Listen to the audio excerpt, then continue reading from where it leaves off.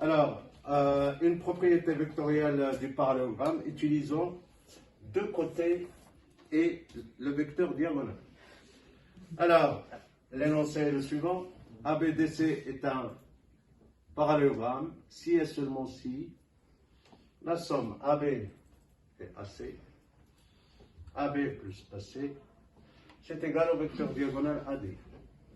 On va remarquer l'intérêt, c'est de partir toujours de la même origine.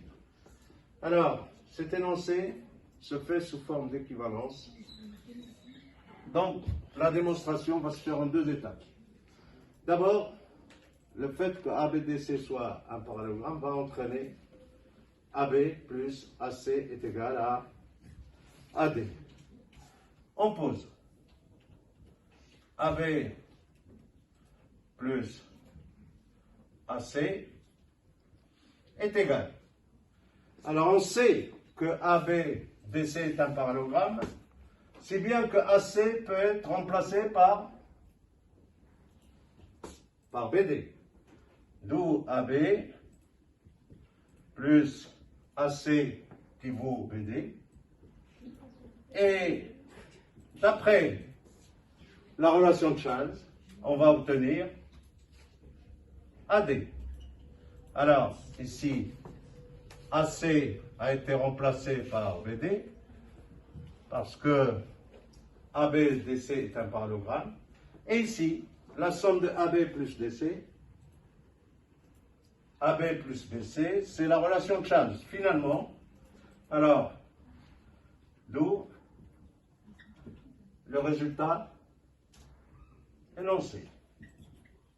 AB plus AC est égal à AD.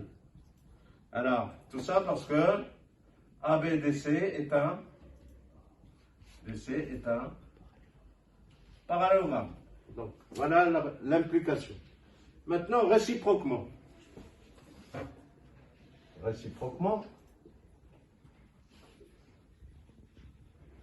je pars de l'égalité et je dois retrouver la ABDC est un parallélogramme.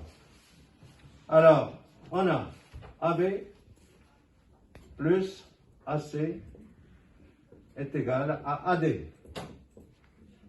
Ça, et cela va entraîner que ABDC est un parallélogramme.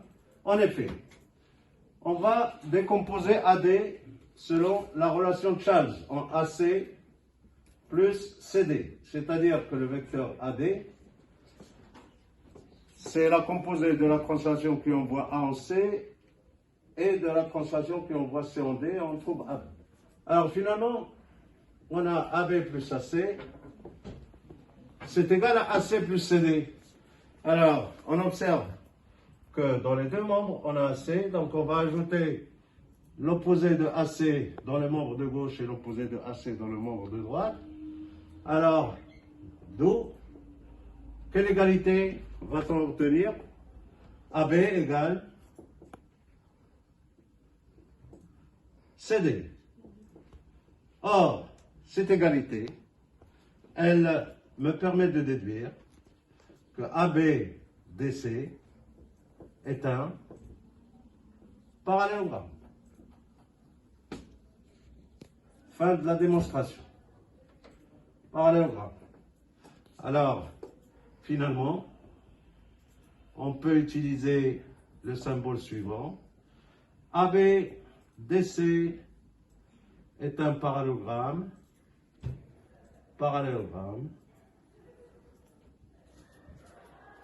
Ça équivaut à quoi? À AB plus AC est égal à AD. Fin de la démonstration.